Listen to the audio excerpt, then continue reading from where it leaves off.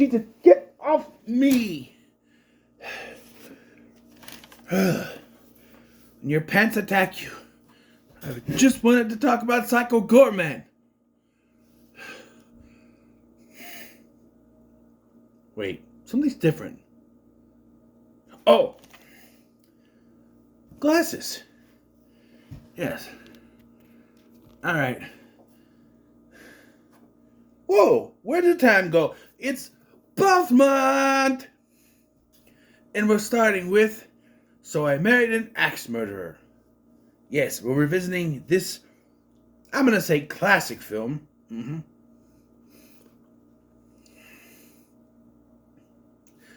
Should have the Blu-ray back there.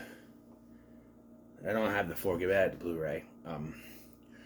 This release is known for a DVD in which Mike Myers' face is very much photoshopped onto another body. I grew up with this movie. I really did. We got more, about a teenager. They played on Comedy Central all the time. At one point,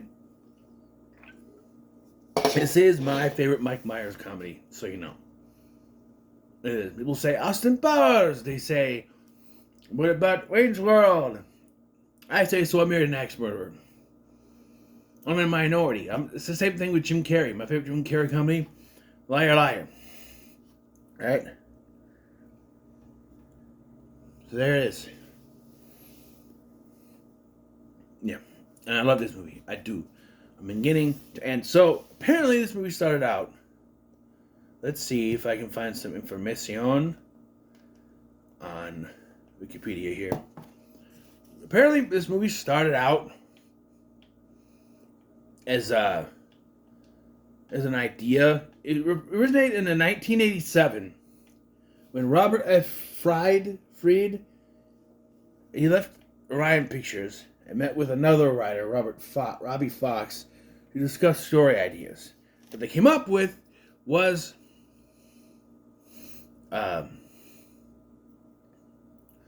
this movie, which they originally was going to be like Annie Hall, if it was a Hitchcock movie. Like Annie Hall, if Annie Hall was like a serial killer or something. It's like Woody Allen in a Hitchcock film. I even went to Woody Allen. He said no. The idea, he said yes, and then he moved on to do a different movie. But originally, the original character was Jewish, and it was taking place in New York. When Mike Myers got brought aboard with TriStar Pictures, it changed from Jewish to Scottish, and from New York to San Francisco. There was also some behind-the-scenes problems, and who would get the writing credit, which was attributed to Fox, even though there was many changes. He still got the writing credit for some reason. But, yeah. Woody Allen, because they wanted Jewish, Woody Allen, Chevy Chase, to my knowledge, not Jews, but Albert Brooks and Martin Short. But, and Mike Myers also played the character of Stuart, the father to Charlie, Stuart McKenzie, Charlie's father. He made it a Scottish character, which would later be like what, like a fat bastard type character, but not fat. He would use that act, or Shrek, if you go with that. They initially wanted Sharon Stone to play Harriet, but the producers actually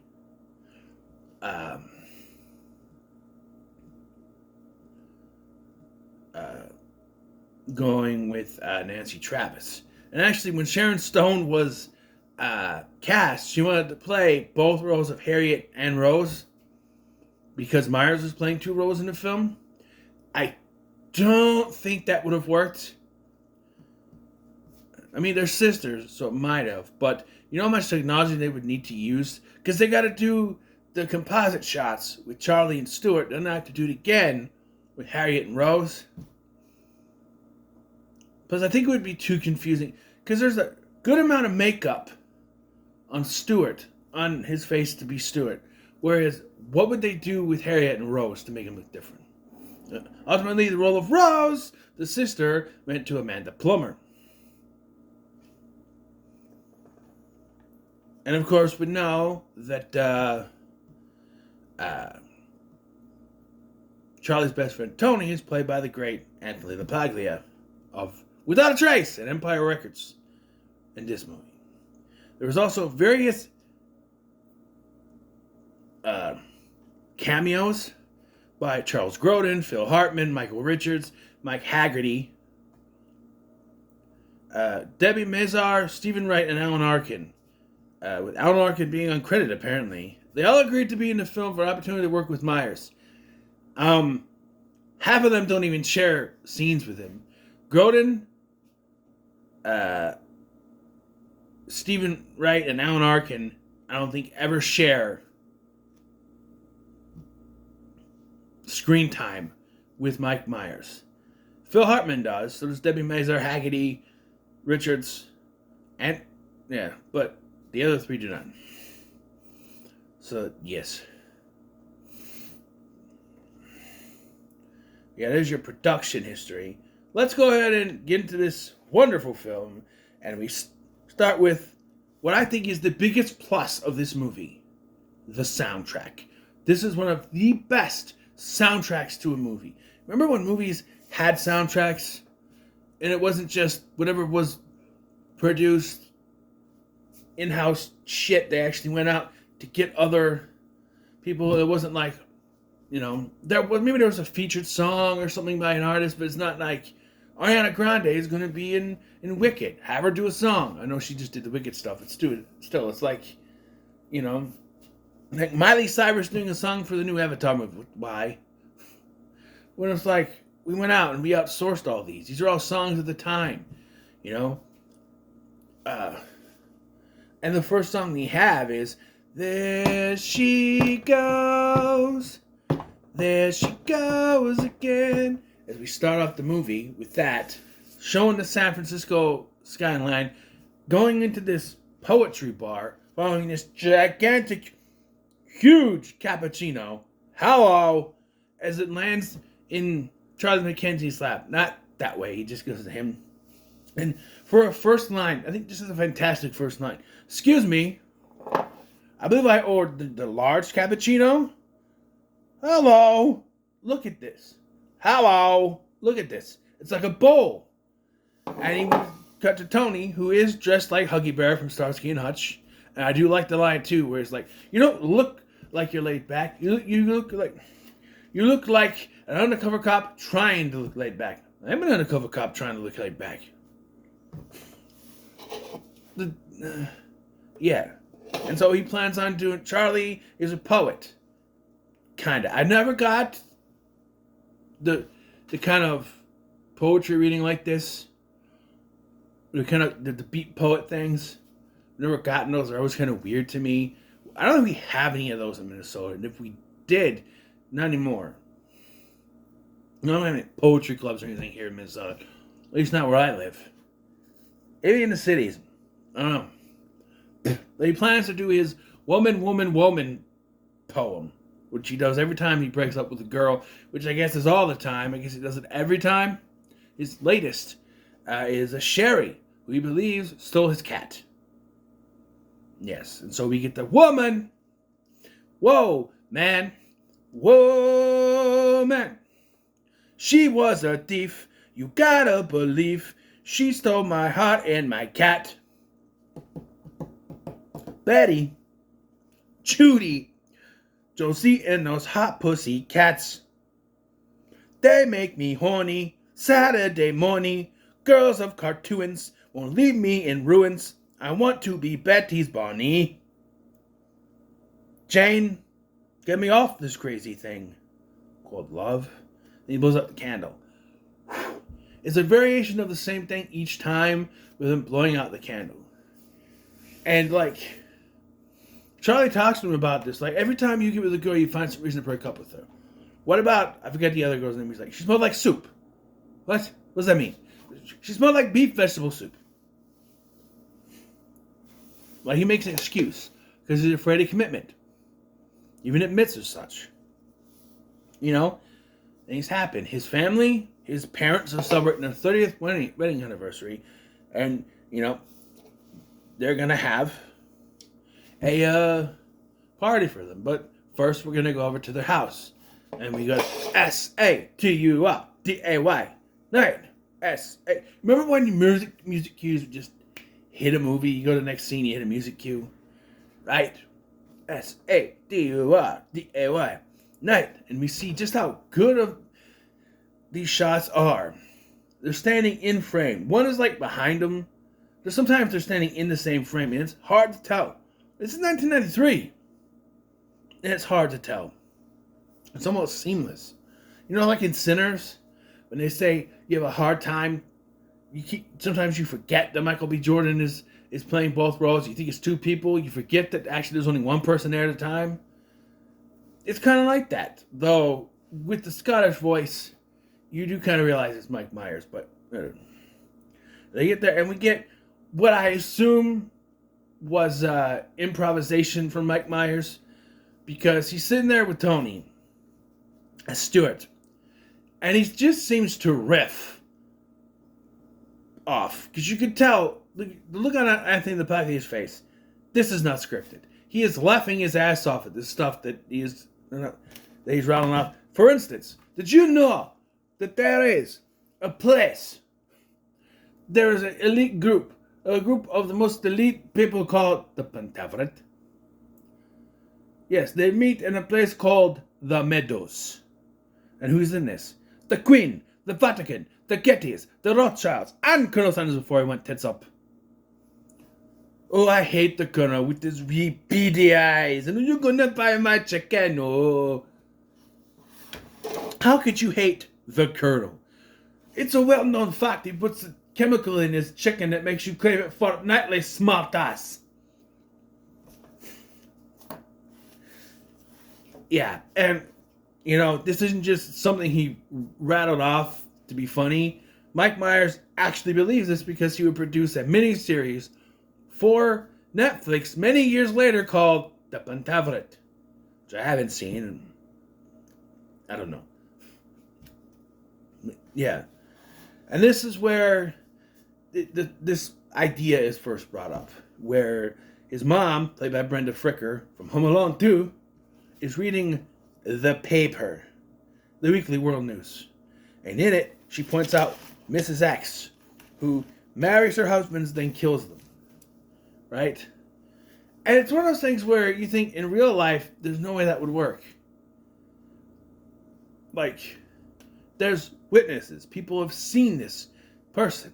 There's no way this woman would get away with it. She gets married each time to different people. There are witnesses. We find out later she left family members alive that have seen her, which kind of gives you a clue that maybe what they're saying in the tabloids is not exactly what is going on. You know? On the way to this party, though, Charlie did stop off to get a haggis, a Scottish delicacy, apparently. I think even the Scots don't even like it. Here you go, he gives it to his mom, and she's like, actually, I had them, but your father would gladly take it. But it's there that he meets Harriet. That he becomes, infatuated with. Eventually, he goes back to visit her. She is very, very busy. So, being that his dad is a butcher, Stuart is a butcher, he used to work in the shop, he offers to help. And we get, rush for the change if I had the time again. Situation knowing. Rush for the change of atmosphere. I can't go on, so I give in. Gotta get myself right out of here. This whole montage of them having it. My favorite, though, two favorites. The first one is when he's in the back, like massaging meat, and he goes, and the person just pops their head out. The other one is where he comes up to the other person and goes, hey, I had an accident. He's got like meat dangling down. The sausage thing. It's this whole montage is just funny. helping them out, and they end up going on a date. They hit it off, And this is weird. And I know movie relationships are very sped up. This is their first date, the first night going out. Only to try to go back to her apartment, but they have sex. They proceed to get busy, have sex, do it. And there's also little hints. There's a poster in Atlantic City. She's got martial arts weapons, And she's in the middle of the night. She screams the name Ralph, which is to hint the audience, hey, wait a minute. Now, the odds of being told about Mrs. X and immediately finding said person, bazillion to one. There's no way. Bazillion's not even a word, but a bazillion to one. There's no way.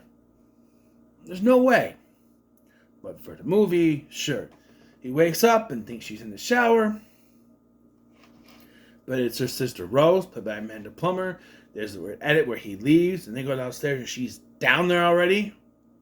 Like, she's just in the shower. I know time passed, so like he took forever to put his pants on. Apparently, I don't know. But also, when he wakes Harriet up in the middle of the night and says she was screaming Ralph, she goes, "Well, she's my friend. She's your friend, Ralph. She's your friend, Ralph." Ralph is not a woman's name. And I'm still confused. All these years later, over 30 years later, I'm still confused. We'll get to it. But I also like the joke. She's like, how about, where Rose is like, how about silver dollar pancakes, fresh squeezed orange juice, and Kona coffee. And you just give me like Fruit Loops. I didn't have any of those things. It's like, oh, it's okay. Fruit Loops are good. I care for Apple Jacks. Okay, deal. Got him. And there's a moment here where she's like, I gotta go, but I won't tell Harry anything happened. And he's like, nothing did happen.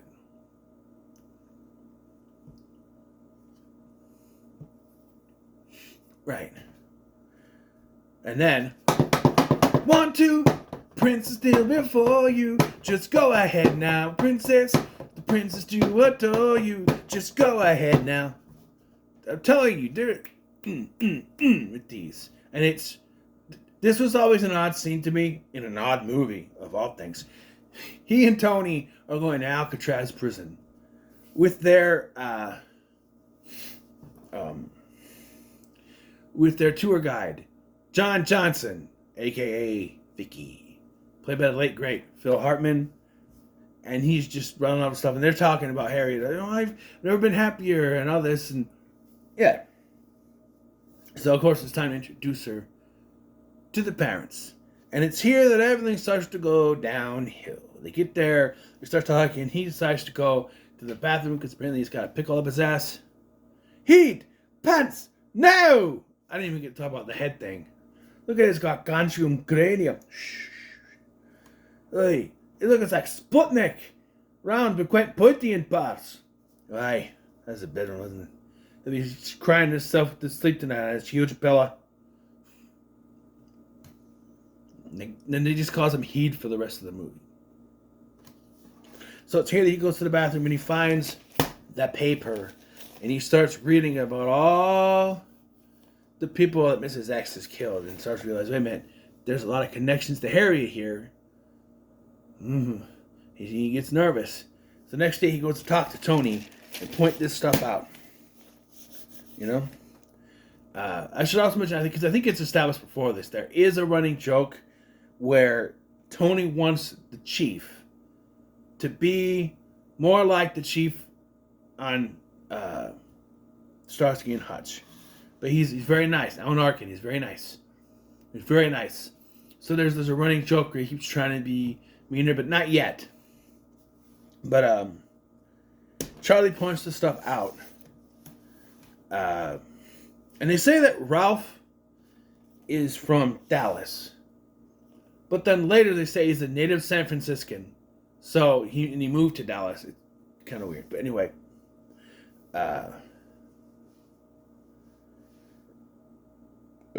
excuse me.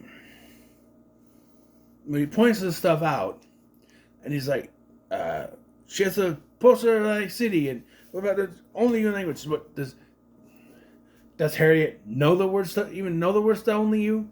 Well, I don't know. We haven't gotten to the all important do you know the words to only you phase of our relationship. I did like that line.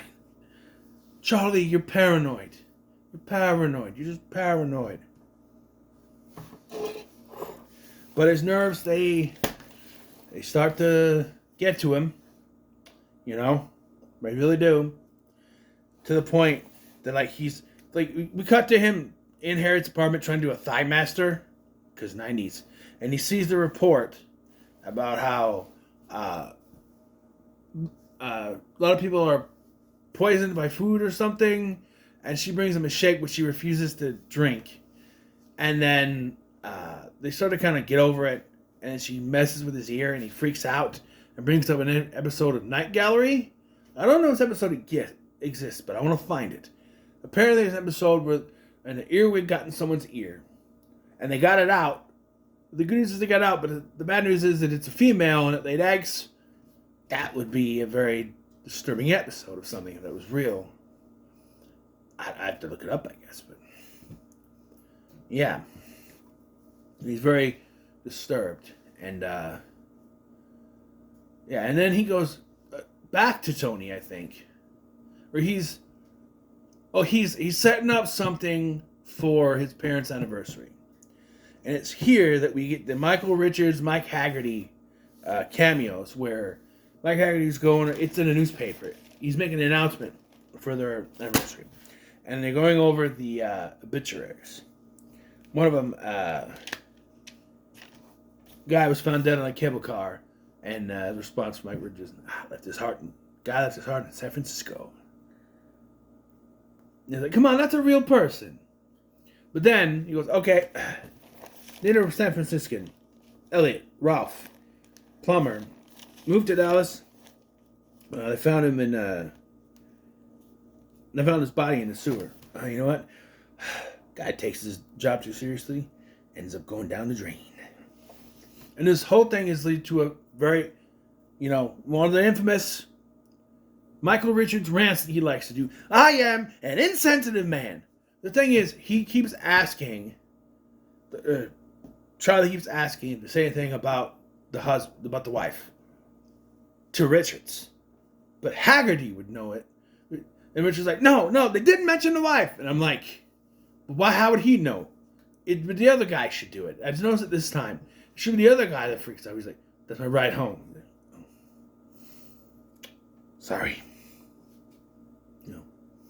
So after this, he's had enough and he breaks it off with Harriet in a public place. Says, you know what? I'm afraid you're going to leave me. Cleave you? I'm going to cleave you? No, not cleave me. Leave me. You're going to leave me. So he's going to take the advantage and do it himself. Then he gets a phone call from Tony saying, hey, we got this lady. She,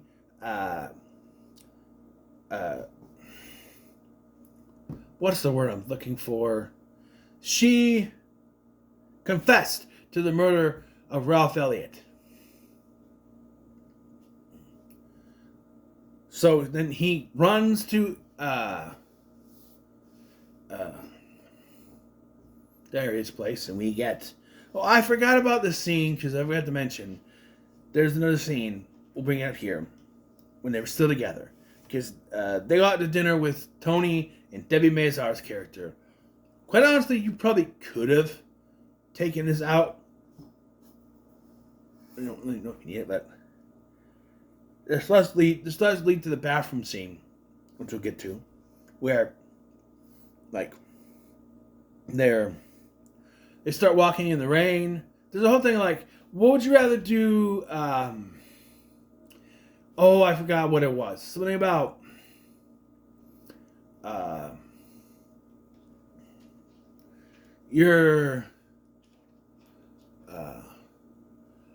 because Tony starts it off with like, you're about to do this, and this, or you're stuck in traffic and you just had a cup of coffee and 3 bran muffins. Oh, then what is you? Harriet's I remember is you went to your favorite restaurant and you had your favorite burger, and underneath the lettuce is a icky Band-Aid, or getting struck by lightning. That's it. And then just they walk. It's a light drizzle. It's raining. It is pouring rain. They're just fine. And then we get the scene where they're in the bathtub, and that's where Rose is like, Harry, you have a guest, and it's Ralph.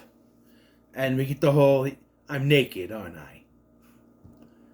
I was naked just now. I do like, though, when he's like that, she like grabs his ass a little bit.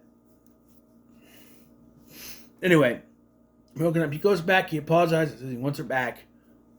And then they go to the anniversary party. And I love Stewart's speech. 30 years ago today, May and I were married. And I gotta have my drink to toast with. Hold on. 30 years ago today, May and I were married. And some of you were there. Some of you weren't born. Some of you are now deep. But I said I do, and could have been worse. I love you, May. Yes, you know.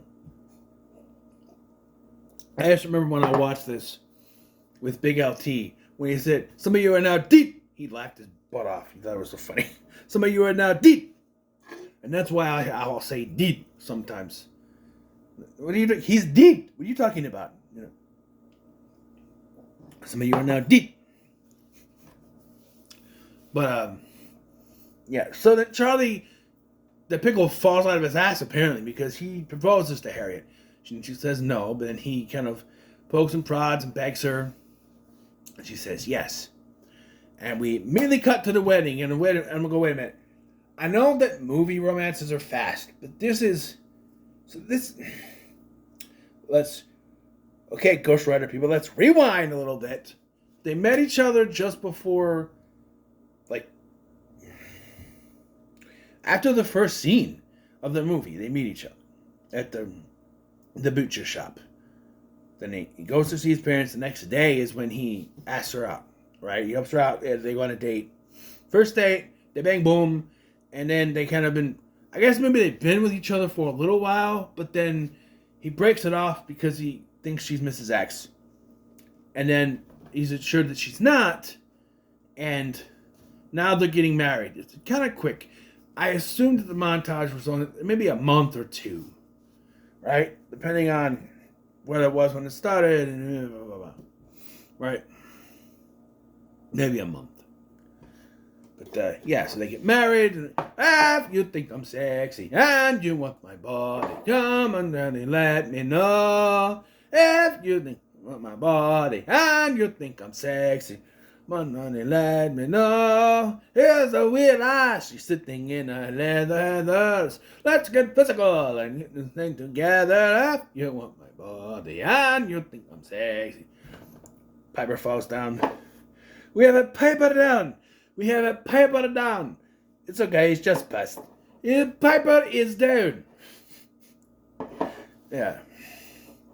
And then we're all, Charlie and Tony are talking. You know, I told you, you could do it, you know. She starts singing, only you can make the world turn bright. They're like, nah. And then she starts singing it in French. That's when I'd be like, this does trigger Tony a little bit, though. Because, well, because right after this, Tony gets interrupted by his boss, who's all, hey! Why don't you stick your nose in police business, huh? Without the woman that confessed to the murder of Ralph Elliott, she confessed to other murders. Oh, yeah? I knew she would. Oh, yeah? Well, she confessed to the murders of Abraham Lincoln and Julius Caesar. She's a nutcase. What? He's like, well, I gotta go. He comes back. Good for you. Was it too much? No, it was good. I gotta go though. I gotta help this friend out. I gotta go. So he sent pictures of Harriet to the people connected, which, okay. Here's what I'm thinking. He should have done this earlier, and here's why. Charlie's word that Harriet is Mrs. X. So here's what you do.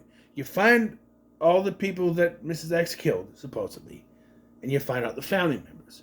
You send pictures of Harriet to all of them to see if it's her, and if it all comes back. I know why you couldn't do that right away, because of all that. You know, there is something else wrong. But oh, the shirt. The magic shirt changed. That's interesting. Huh. That's it, I guess. That's what's different. Anyway, so they all come back. Yes, that's her. I was like, uh-oh. So now they're going on their honeymoon to this place called Poets Corner, where there's no poetry. They're just there, I guess. And so he Tony tries to commandeer, or he's flying in a plane with Stephen Wright. You know this before? Oh, I've done it. I do it all the time. I've never done it at night.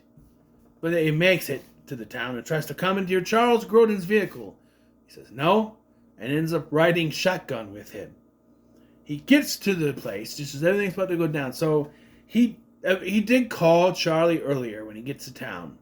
He tells Charlie, he plain out, Harriet is Mrs. X. Now, I think Harry might, you think you're right about Harriet is Mrs. X. Harriet is Mrs. X. So, he immediately freaks out, which, in my opinion, Tony should not have called him. What they should have done is he should have made his way there and then walked into the building calmly. Hey, Charlie, come here. Hey, it's Mrs. X, get out of here. And just gonna go to the bathroom. You're running. And we'll get to the twist. So, Harriet has also been acting strangely since the honeymoon started. Once you know what it is, you understand why she was hesitant about getting married before. Why she said when he broke up with her, she says, at least you left early on. And you kind of get those little connective tissues before you get to the reveal. So, after a little celebration thing, they take him back to the honeymoon suite after he yells at the waiter, Savannah, and he runs away. He freaks out and locks Rose in a closet, then finds a note. Dear Harriet, I'm sorry, but I couldn't take it. I'm leaving you. Love, Charlie? And then she is attacked by Rose. And I love her. She's going from kind of nice lady to freaking out. Hey! You are not to be in this room when this has been written and placed on a desk. Do you understand me? Just how she freaks out, chasing around with an axe. So now we established Harriet's not Mrs. X. Rose is, because she's jealous about losing her sister. Right? But Tony doesn't know that. And after he gets dropped off, and I mean dropped off because Charles Grodin just leaves him, by Charles Grodin, he runs in, and it's okay. So, when you're a cop, you're a policeman, you're supposed to, assess the situation. Look at your surroundings, right? They said that in Saw 4. You're supposed to address your surroundings. He comes in, finds Harriet in the closet, pulls her out of the closet. He has to, shoot the door open, which means she's locked in there, and immediately arrests her. And I know it's because you couldn't figure it out yet, but there's a point where they're sitting there, and he's questioning her. He's smoking a cigarette, he's questioning her. Harriet, tell me again. He goes, it's Rose. Rose is going to Charlie. You can hear them. Ah, ah, ah, above them. That's them right there, up there. You're just not getting it, are you? Of course, he can't believe her, but like, you know what? Huh? Right? One thing I'm sitting here thinking this time, show him the note. Rose dropped it on the ground, right? Find the note, show him, hey, Rose wrote this note. Look at this note. Charlie was leaving you?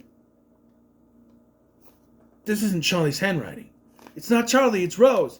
But of course, he can't. So he arrests her. He's taking her out as they're up there having their Three Stooge-a-thon. Yeah, there is. There's a point where he slips and hits like a pipe in his nuts. She kicks him in the nuts. He kicks her in nothing. I guess maybe they do feel pain there, but you always get those other movies where you kick them in and they go, nothing did, you idiot. Whatever.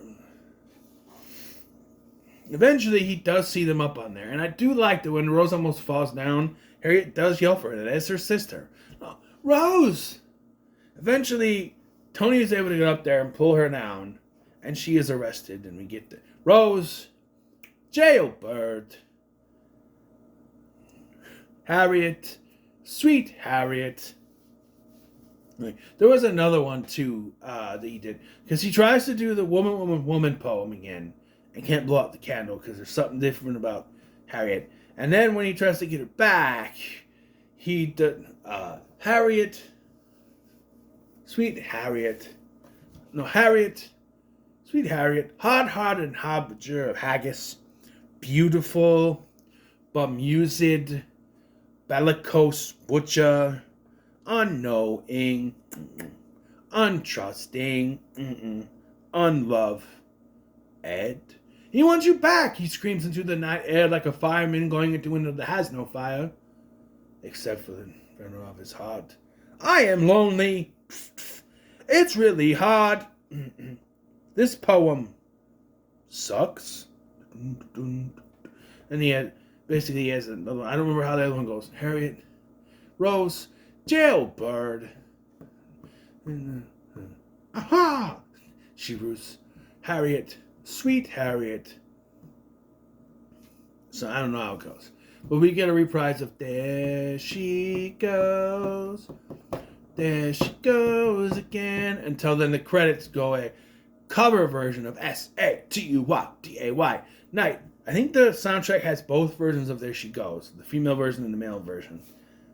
I don't even know the male version. I didn't know the female version, but I grew up with the male version, I think. But yeah, that's So I Married an Axe Murderer. So, yeah, it was Rose all the time, not Harry. But I came up with ideas for sequels. Not just one, but two. Just to run by it real quick. The first one, called So I Divorced an Axe Murderer, starts just after the events of this one. They're on their honeymoon, and Charlie, for some reason, still can't shake the whole incident, and has trouble getting intimate with Harriet, and keeps freaking out. She has enough and dumps his ass. We flash forward 5 years, so it'll be 1998. And Charlie is still not moved on. He's still single. And Tony, now married. Hey, marriage is the best thing. What happened to me, you know what I mean? You know.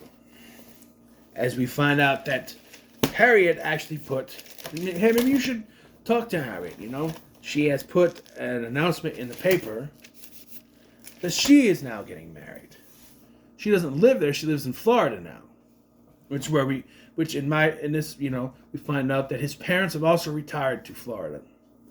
You can go down there and you can say you're visiting your parents. I'm not going to sneak down to peek on my ex-wife, okay? We cut to the mental health facility where a guard finds Rose has hung herself with the paper underneath her. The next day, Tony approaches Charlie with the newspaper stating about Rose's death. You want to talk to her now? So they go down to Florida and they meet. They reunite with Harriet. They meet her fiance. We'll call him Paul, and they tell her about Rose. They say that she was cremated because there was no one there to claim her body, and that they're gonna bury him next to her mother. This is what she would have wanted, apparently. This is what she wanted, apparently. You know, Charlie is nice to Paul. There's a little bit in it. So Charlie and Paul go back to the hotel, and that night someone arrives and kills Paul with an axe. And the next day, as Tony and Charlie are going to leave for lunch or breakfast, more likely, the police and Harriet show up, claiming Charlie was the one who killed Paul, finding his wallet. Police arrest Charlie. Tony, the cop, as he is, tries to prove that he's innocent, and states that, wait a minute, Charlie couldn't have done it because his wallet went missing. Last night we were going out for drinks. Charlie was going to buy. His wallet disappeared. He thought he dropped it in the room or something. I had to pay for drinks last night.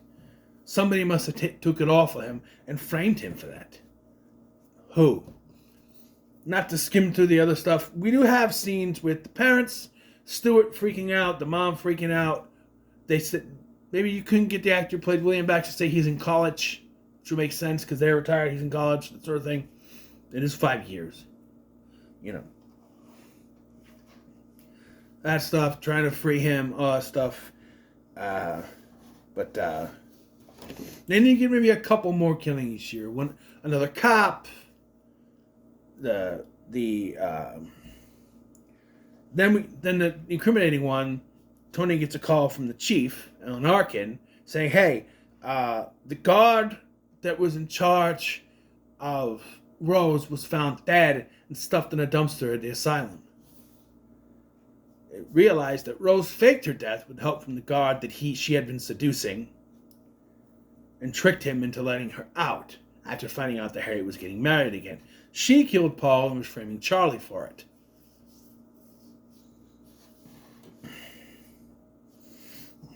She knocks Tony out and tries to kill Charlie, but before she can do it, she's got a knife because her axe had been taken away from her. Knocked out of her hand, she's got a knife. Before she can do it, Harriet sticks an axe in Rose's skull, causing her to freak out, and the last scene is her being put in the back of a paddy wagon.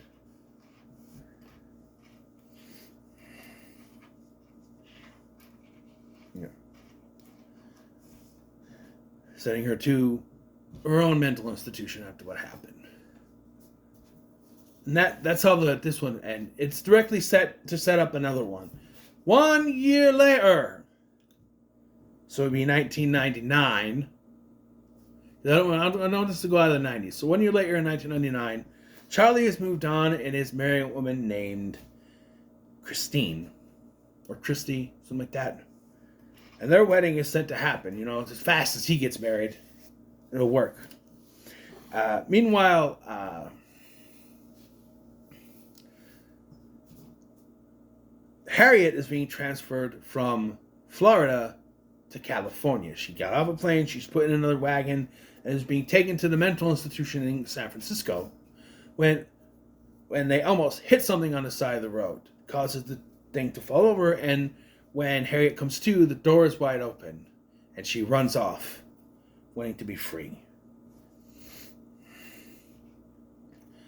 We set up this whole thing where they're going to get married to Stuart, and then we're back. Heat is back. They're all ready to go. Charlie, Tony is there. Throughout the day, some people will show up dead. You know, I don't know if it'd be a straight up horror comedy type of thing, where they find out that Harriet has escaped, and at the film that Harriet is trying to get there, and they think she's gone nuts. You know, I would also like to establish in the last one that they broke up because he was convinced that if Rose was crazy, so was she. But she establishes that no, she gets the craziness from her father's side. You had different fathers, and if you had met her dad, you'd know how crazy he was. That's the setup for this one, so they meet this guy played by Christopher Plummer. Wink. who is the owner of this hotel that they are getting married at. As it turns out, he is actually Rose's father. And he actually, I said they. He was the one, he set up the thing getting knocked over and her being let free as a way to make it appear as if Harriet is the one who's going to kill him.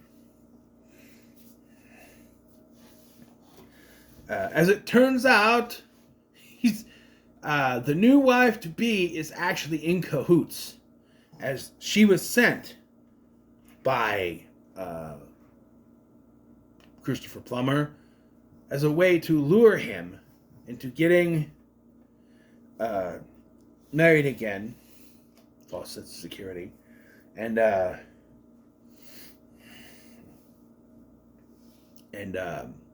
had it. And so he can get revenge for Rose. And just as it's about to happen, Harriet shows up. She tackles the bride-to-be down the stairs and points out that that is Rose's father. He announces his revenge, but before he can stab Charlie, is shot by Tony. He doesn't die, though. He survives and is sent to prison.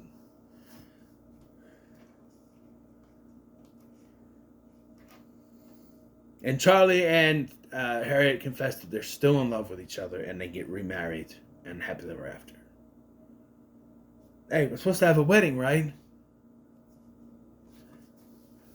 Hey, Charlie, you're supposed to get married, right? Right? Harriet, you're not really crazy, are you? No. You still love Charlie, right? Of course. Charlie, you still love Harriet, right? Yeah. Get remarried. End it with a trilogy. I don't know. It's an idea. It's an idea. This has gone longer than I thought it would. They're just my ideas I came up with when I lay there trying to get to sleep at night. Or if I'm at work trying to be my own mind. I come up with that.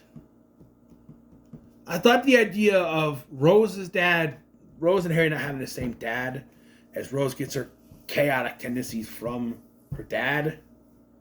You know? Psychotic tendencies, not chaotic, psychotic. Anyway, it's suffice it to say. So I Married an Axe Murderer goes to the moon, baby. It is. It's one of my favorites, right? So, what are your thoughts on So I Married an Axe Murderer? Let me know in the comments below. Like, share, and subscribe. Thank you for watching. I'm Scotty, and I wish I could figure out what is different